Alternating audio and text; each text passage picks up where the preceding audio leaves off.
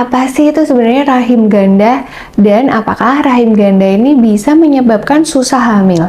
Yuk kita bahas bersama saya Dr. Oli, spesialis OB-GYN. Nah, untuk rahim ganda ini seperti yang kita tahu, rahim itu kan adalah organ reproduksi bagi perempuan. Bentuknya seperti pir.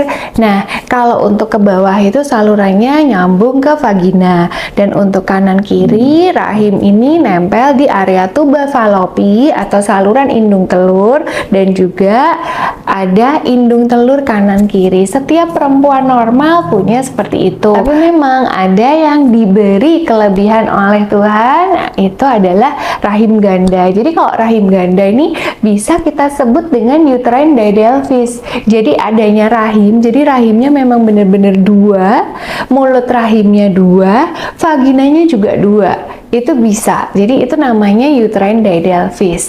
Nah, untuk uterine didelphys ini biasanya sih nggak ada masalah apa-apa ya.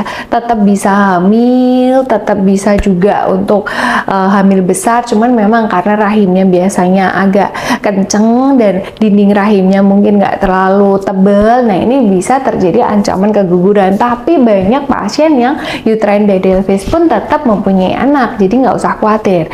Nah, ada juga yang kita sebut dengan uterus bicornuate. Jadi rahimnya ini vaginanya satu, mulut rahimnya satu, tapi benar-benar ini dua seperti hati. Jadi ada dua kornu. Jadi kita namakan itu bicornuate. Jadi kalau untuk rahim bicornuate juga nggak usah khawatir.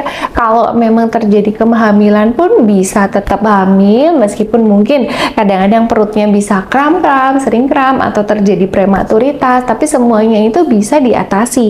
Jadi paling nggak tetap bisa hamil dan menghasilkan baby yang berkualitas. Nah, ada yang namanya uterus septate. Jadi ini rahimnya, tapi ada sekat di dalam yang memang sekat kongenital. Nah, kadang-kadang itu memang bisa susah mempunyai keturunan. Tapi tetap biasa kita harus lihat apakah septate-nya itu tuh terlalu bermasalah, atau kita bisa bebasin, atau kita bisa hilangkan septate-nya, itu boleh. Nah, ada juga yang namanya uterus arcuata.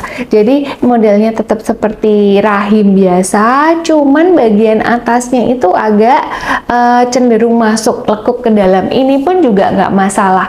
Tapi ketika dilihat memang rahimnya bentuknya bukan kayak pear, tapi lebih ke kayak model heart shape kecil gitu. Ada atasnya tuh ada cekungan kecil. Ini nggak masalah juga, tetap bisa hamil, tetap bisa melahirkan. Itu seperti biasa. Ya karena memang sebegitu besarnya kekuasaan Tuhan Allah kita, sehingga bisa kita sebagai manusia sangat berbeda-beda satu sama lain.